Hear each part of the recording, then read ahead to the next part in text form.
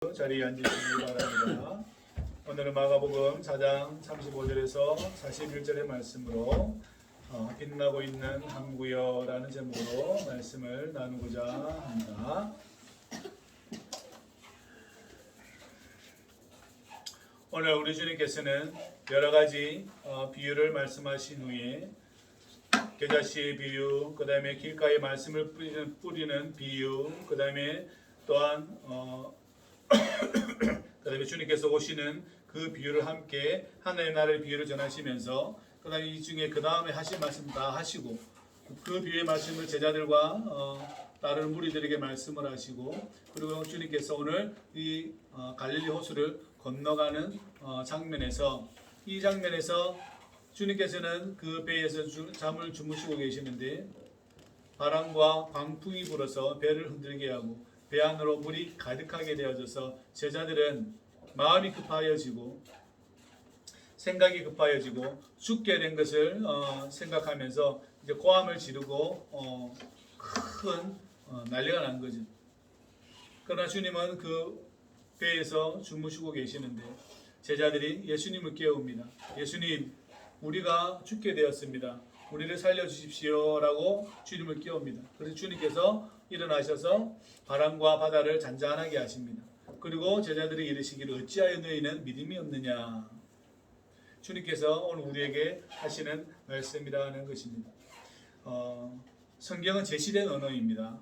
뿐만 아니라 여러분들이 태어나면서부터 지금까지 살아왔을 때의 모든 삶의 과정에서 여러분들은 누군가로부터 제시되어진 언어를 말을 여러분들 받았고 또한 여러분들도 누군가에게는 이렇게 살아야 합니다. 저렇게 길을 가야 한다라고 제시를 하셨습니다. 언어의 특성상 언어는 다른 사람에게 제시를 하기도 하고 내가 그 제시를 언어를 수용하기도 합니다. 오늘 우리 주님께서 하시는 말씀은 건너가자라고 우리에게 말씀하신다라는 거예요.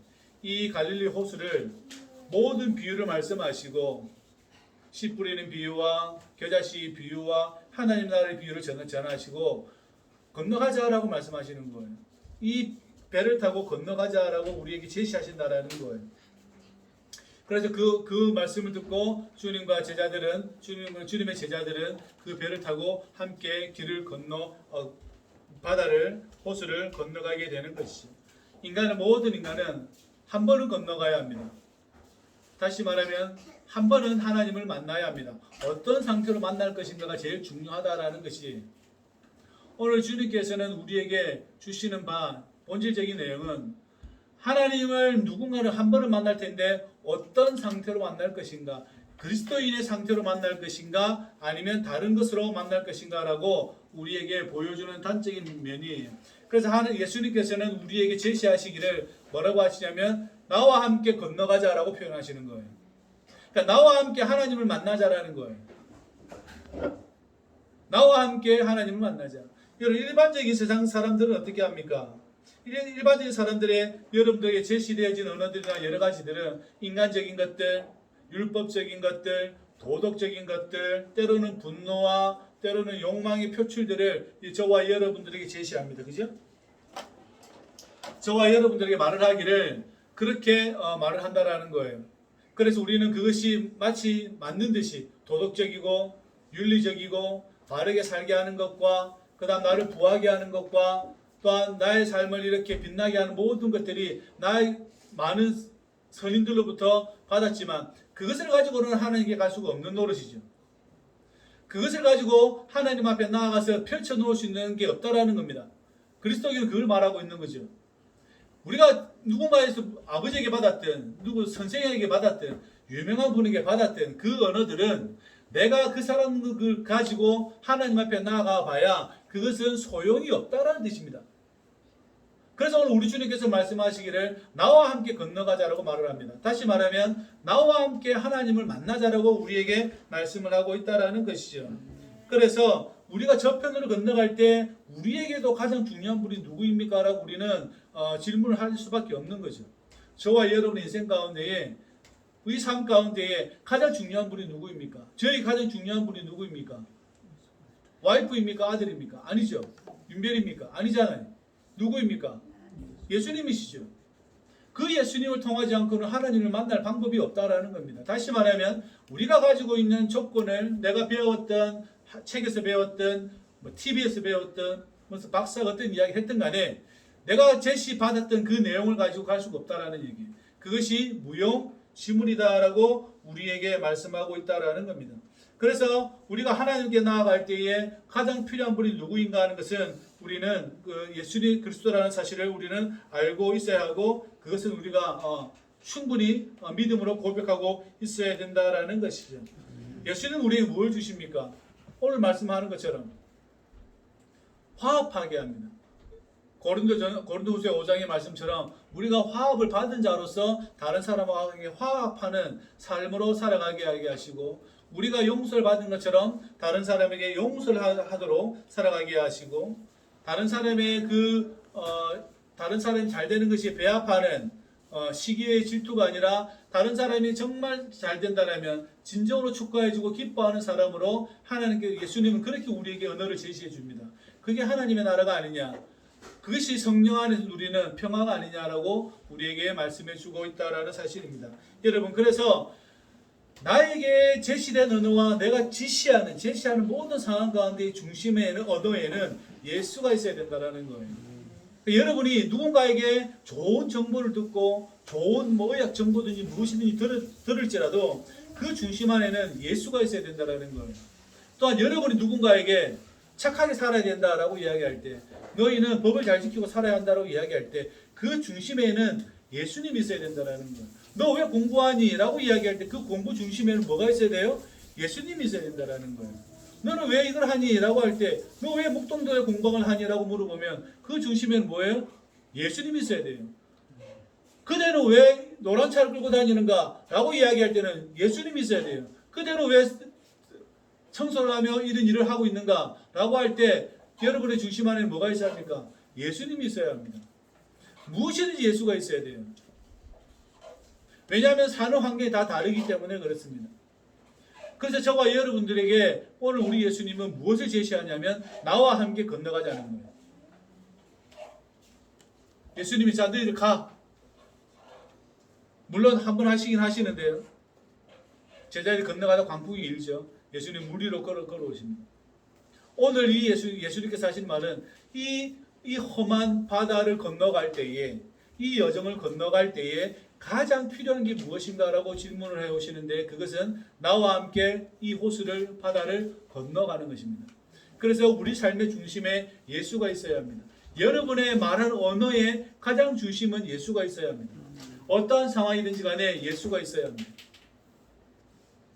그것이 설령 잊어버렸다면 까먹었다면 다시 마음을 회복시키고 다시 마음을 새롭게 하여서 예수님을 중심으로 이야기해야 되는데 내가 실수했구나 라고 우리가 생각할 수 있어야 된다는 것이죠. 그렇지 않으면 어리석음과 분열과 조장과 경쟁과 질투와 정오와 이런 것들이 좋은 말로 여러분 초콜릿처럼 포장되어서 나가버려요. 인간에게. 그게 제일 큰 문제라는 거예요.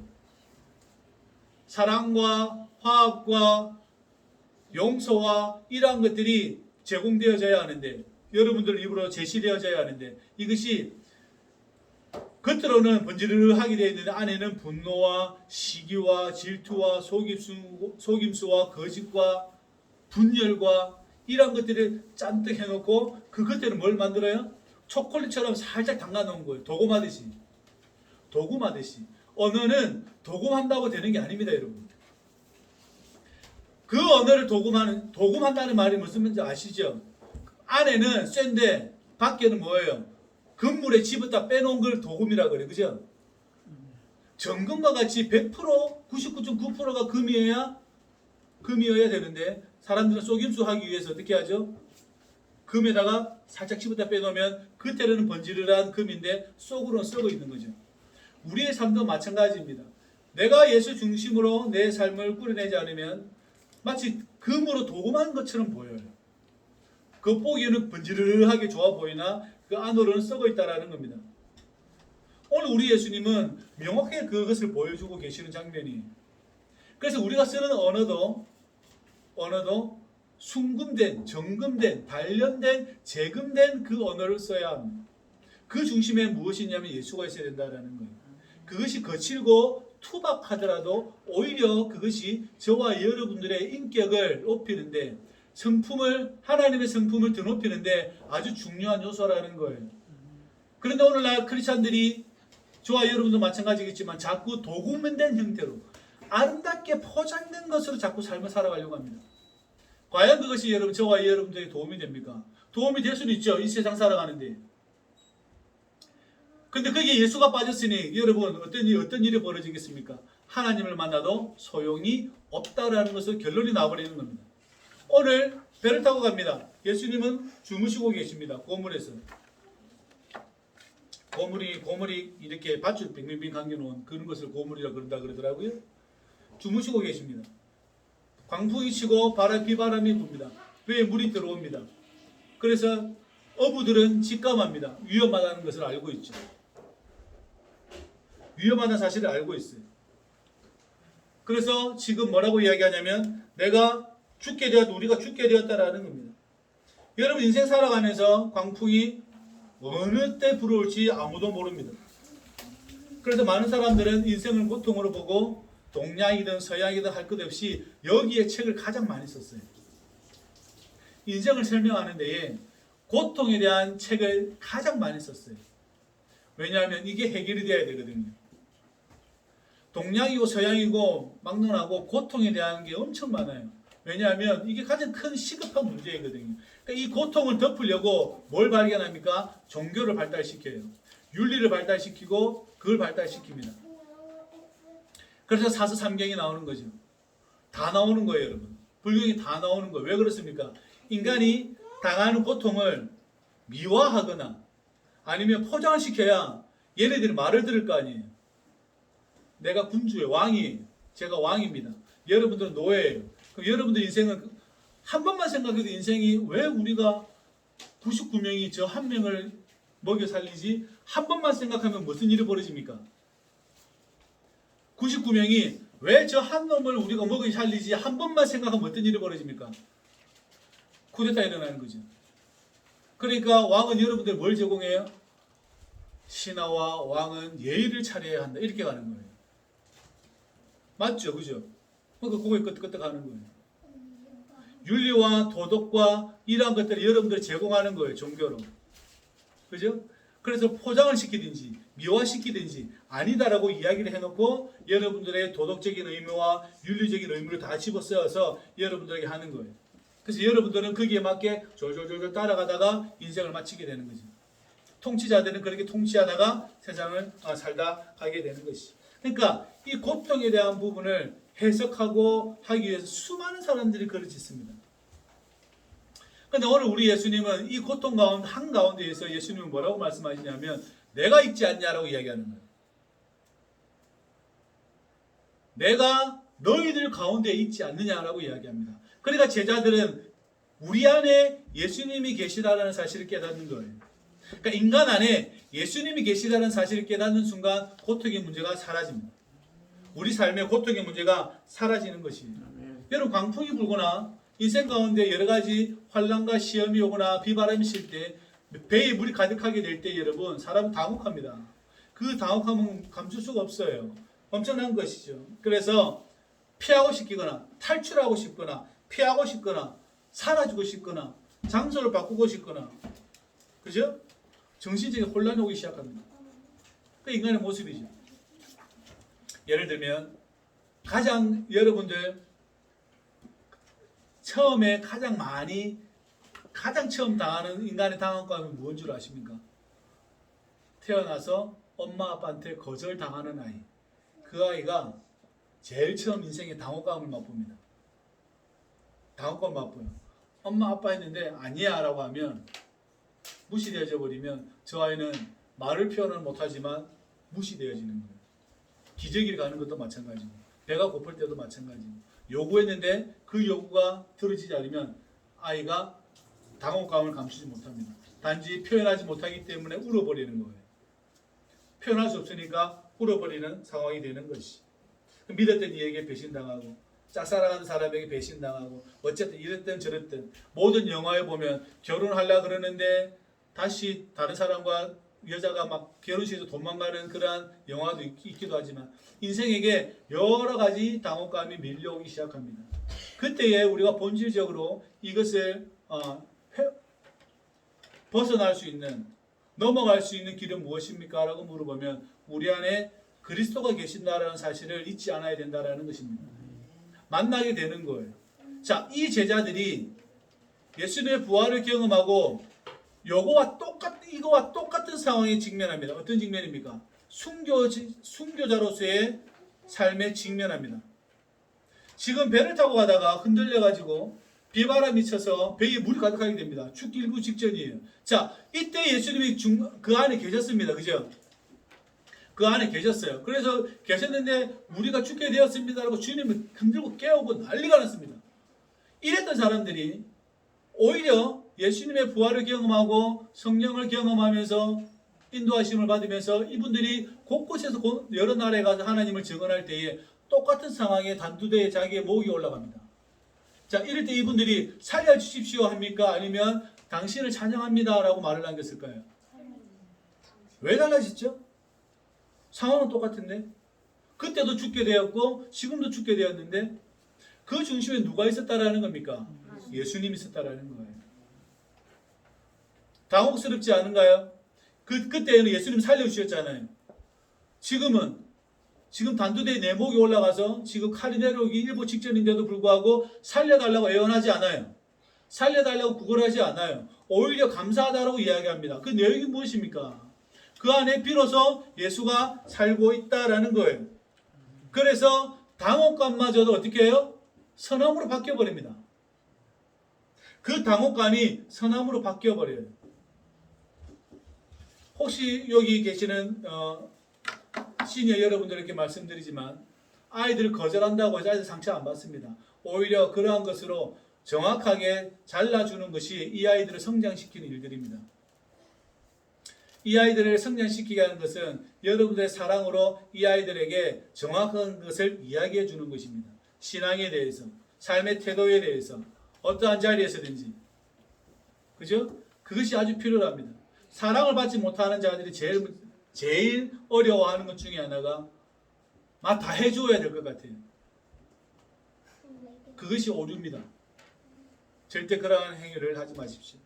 아이들에게 오히려 사랑으로서 가르쳐야 합니다.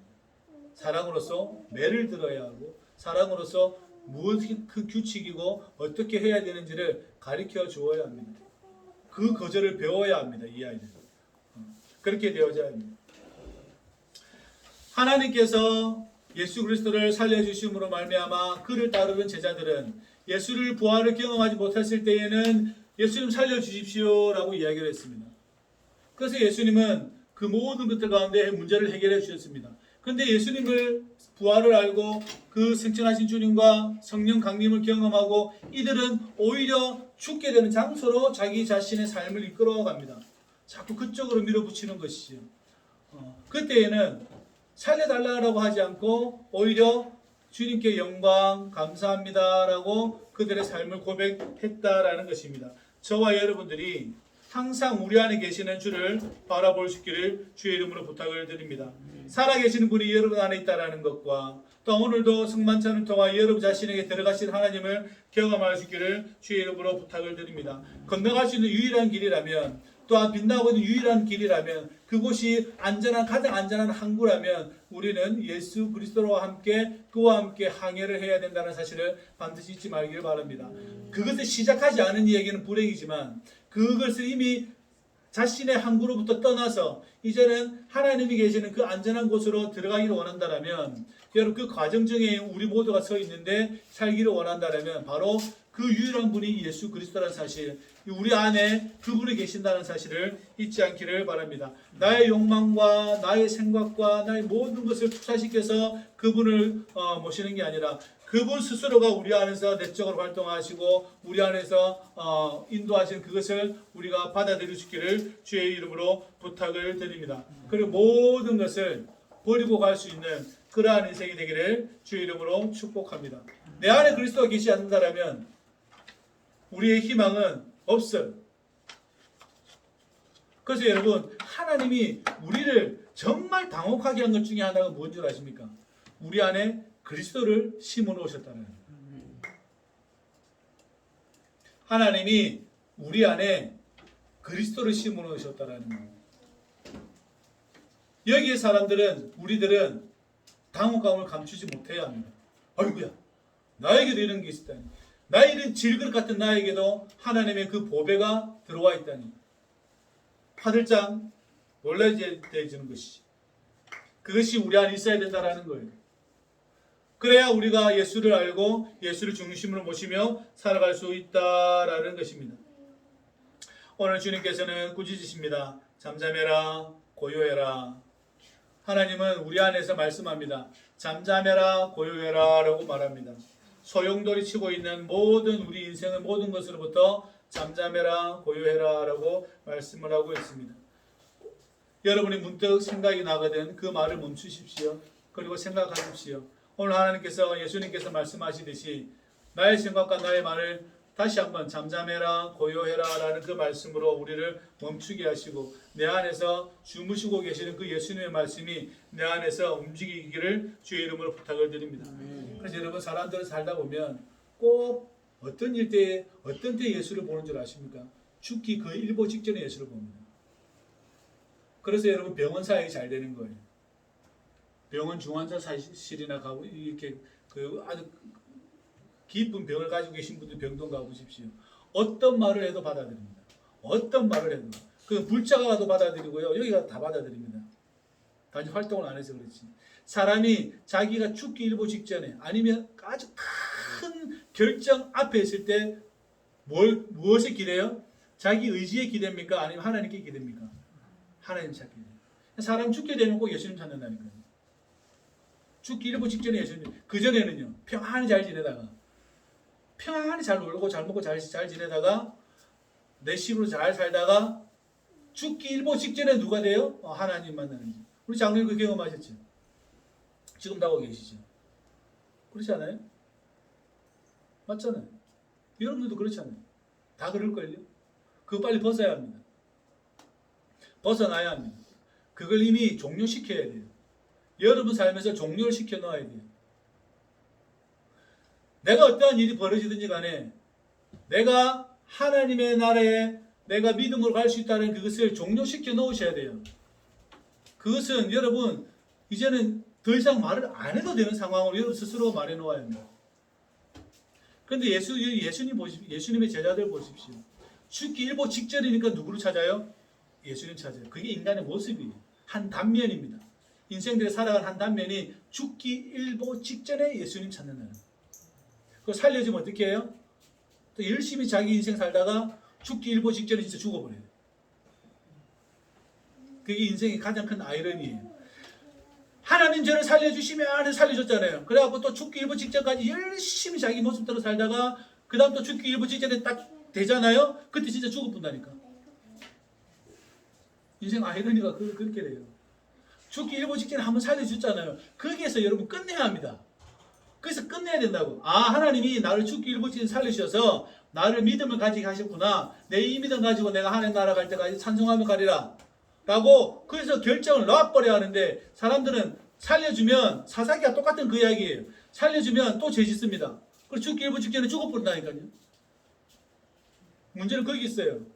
살려주면 거기서 끝내야 돼요. 하나님 나를 살리셨구나. 은혜 받았구나. 나는 이제 하나님께 내 온 마음 다해서 찬양하고 살아가야지 라고 해야 되는데 죽기 일부 직전에 살려두었더니 또 죽기 일부 직전까지 자기 마음대로 살다가 또 죽기 일부 직전에 뭐서 예수님 그럼 그때 죽어버린다니까요. 그때 그걸 가지고 가봐야 무용지물이에요. 이런 인생 살지 마십시다. 왜 이런 인생 살아요? 다 죽기 일부 직전 저도 그랬다니까요. 이야기 말씀드렸잖아요. 차로 가다가 벼랑박을 받아가지고 죽기 일부 직전에 그래서 목회한 거예요. 그래서 목회한 거예요. 그래서 그거 생각 안 해요.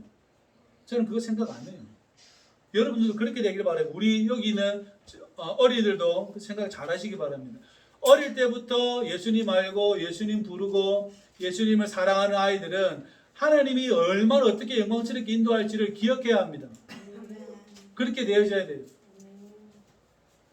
내가 힘드니까 예수님 부르고, 내가 시험을 국어 공무원 앞두니까 예수님 부르고, 그런 거 하지 마세요. 물론 하겠지만 그런 거 하지 마세요. 큰일 나요. 내가 시험 당한 일보 직전에 고난 당하고 막 일보 직전이니까 또 하나님 찾는 그런 행위를 하지 마십시오. 바람 앞에 촛불처럼 막 끄지기 일보 직전이라고 불안하고 근심이 가득하여서 하나님을 찾지 마시고 그냥 하나님이 좋아서 하나님을 찾는 사람이 되십시오. 그게 가장 큰 복입니다. 평소에 하나님 찾고 평소에 하나님 부르고 평소에 하나님을 노래하고 하나님의 권능을 찬양하고 이야기하는 그것이 여러분 세상에서 제일 행복한 사람이에요. 그 여기 9명 중에 단 한 사람이 있습니다. 그 사람이 누구냐? 유상훈이에요. 미안한 이야기지만 그래요. 저 사람 칭찬하는 거 아니에요. 칭찬하는 게 아니라 여러분 진실하게 하나님을 노래하고 부르고 하는 사람이 한 명 있다면 저 사람이에요. 그리고 고통을 함께 나누려고 하고 기도하고 우리 그래야 되지 않겠어요? 여러분들도 그러한 삶에 많이 가까이 붙어봤다는 사실을 알고 있고 열심히 살고 있다는 것도 알고 있습니다만은 더욱더 하나님 앞에 기뻐하십시오. 그러니까 우리 생각하지 마세요. 특별히 우리 두 분 시니어 분께 말씀을 드립니다. 교회나 아이들 생각하지 마시고 여러분들이 하나님과 기뻐하며 사십시오. 하나님과 즐거워하며 사십시오. 모자란다면 교회 공동체가 도와드리겠습니다. 어떠한 방식을 통해서든지 여러분을 섬기겠습니다. 그래서 여러분들이 하나님과 즐거워할 수 있도록 여러분들에게 모든 것을 제공해 드리겠습니다. 그래서 여러분들이 하나님과 기뻐하는 모습을 아이들이 보고 나도 저 근사님처럼 장로님처럼 하나님 찬양하며 살아야지 라고 말이 나올 정도로 우리가 할 수 있어야 됩니다. 저도 마찬가지입니다. 그렇게 되기를 주의 이름 축복합니다. 여러분 그렇게 사셨어요. 그러니까 여러분들이 지금까지 노동과 자녀를 키움과 다른 이들을 베푸는 그 선과 모든 것들은 열심히 하셨어. 이제 그만해도 돼요. 이제는 온전히 하나님 노래하고 찬양하고 기뻐하고 즐거워하고 그리고 각자의 상터에서 일터에서 조금의 노동을 하시다가 또 여러분 만족하며 주님 앞에 우리가 가는 것입니다. 그것이 아주 중요한 거예요. 왜 그것을 잊어버리고 자꾸 우리를 생각하지 마세요. 우리가 여러분 섬겨드릴 테니까 생각하지 마세요. 여러분이 하나님과 즐거워하는 모습을 우리가 볼 수 있도록 도와주십시오. 그래서 이 질문이 나오도록 뭐 좋은 일 있으세요? 라고 물어보면 오늘 하나님 나에게 말씀 주셨는데 너무 좋았다고. 내가 오늘 찬송가 얼마를 불렀는데 내가 이 찬송가 가사 때문에 내가 오늘 마음이 그냥 복받쳐가지고 내가 기분이 너무 좋다고. 이 말씀이 여러분에게 증언되어지고 간증되기를 원하는 마음이 목회자의 소명이에요. 바람이에요. 목사님 오늘 시편 읽었는데 이 말씀 너무 좋더라고요. 내용은 모르겠는데 무조건 좋더라고요. 이런 게 나와야 돼요. 목사님 사모님 아니면 얘들아 오늘 내가 이 찬양을 불렀는데 이게 너무 좋더라고. 근데 내용 모르겠다. 잘 몰라가지고 그래도 너무 좋더라. 마음이 흡족함이 있더라. 이 말들이 우리 안에 솟아나야 돼요. 누가 여러분들에게 신학적으로 해석해달라 그래요. 그 간증에 대한 근거를 이야기해달라 그래요. 아니에요. 여러분이 하나님과 즐거워하는데 그 근거가 어디 있어요? 근거가 없죠. 여러분이 아버지 하나님과 기뻐하고 즐거워하고 노래하는데 근거를 대보세요라고 누가 그런 이상한 이야기를 하겠어요? 기뻐하십시오. 우리 모두 우리 어린이들 잘 들으세요. 맛있는 거, 달달한 거, 사탕 주고 과자 주고 뭐 하면 기뻐하는 게 아니라 오늘 하나님 노래하고 찬양하고 기뻐하는 그 모습이 여러분 안에게도 샘솟을 수 있기를 바랍니다. 그것을 위해서 이렇게 수많은 분들이 함께 공동체로 나아가며 지금 기도하고 예배 드리는 거예요. 우리 모두가 그렇게 되기를 주의 이름으로 부탁을 드립니다. 주께서 말씀합니다. 어찌하여 믿음이 없느냐? 어찌하여 무서워하느냐? 왜 믿음이 없냐라고 우리에게 말씀합니다. 그래서 베드로께서 말씀하시듯이 보지 않고 믿는 것이 얼마나 어려운가. 보지 않고 믿는 너희들은 정말 대단하다라고 베드로께서는 그렇게 편지에 서신을 쓰시는 거예요. 보고 믿은 우리도 지금 수준이 이 정도인데 보지 않고 믿는 너희들은 대단하다라고 이야기하는 거예요. 여러분 보이지 않는 것이 믿는 것이 정말 어려운 문제를 우리가 알게 됩니다. 그렇기 때문에 여러분 하나님께 보여달라고 기도하셔야 합니다. 보여달라고 기도하시고, 그래서 생각으로 태도로서는 힘들어요. 신앙은 생각으로나 태도로는 힘들어요. 하나님 보여주십시오. 하나님 나라를 보여주십시오. 영광을 보여주십시오라고 이야기해야 된다라는 겁니다. 그래서 제자들이 말합니다. 그분이 누구이기에 바람과 바다가 순종하는가? 잔잔. 여러분, 은혜가 임할 때 여러분의 생각과 마음이 잔잔해지잖아요. 그죠? 은혜가 임할 때, 성령의 은혜가 임할 때 우리의 생각과 마음이 잔잔 고요해지잖아요. 어디에 막 우주의 진공 상태에 들어간 것처럼 고요해지잖아요. 오늘 우리에게도 이 고백이 일어나기를 바랍니다. 예수님이 아니면 이 바다를 건너갈 수가 없습니다. 출발하지도 않는 사람에게는 헛된 말이지만 이미 출발한 사람, 믿음으로 고백한 사람에게는 유일한 길은 예수님밖에 없습니다. 저기 항구가 빛나고 있고 수정처럼 맑은 유리바다처럼 빛나고 있는 저곳으로 가기를 원한다면 예수 그리스도가 필요합니다. 여러분 안에 계신 그리스도를 보시고 그분을 일깨우십시오. 그리고 예수님 보여주십시오. 우리를 잠잠케 하여 주십시오라고 기도하며 함께 건너가시기를 주의 이름으로 축복합니다. 기도하시죠. 아버지 하나님, 주의 은혜에 감사를 드리옵나이다. 참으로 우리 안에 계시는 주님, 우리를 사랑하셔서 우리와 함께 계시는 주님 감사를 드리옵나이다. 당신 저 영원한 하나님의 나라를 건너갈 수 있도록 예수 그리스도를 보내주시고 안전히 갈 수 있도록 도우시니 감사를 드리옵나이다. 우리의 평생에 주님으로 인하여 기뻐하며 즐거워할 수 있도록 우리를 축복하시고 늘 예수님 중심으로 살아갈 수 있도록 우리를 축복하여 주옵소서. 예수님의 이름으로 기도합니다. 아멘.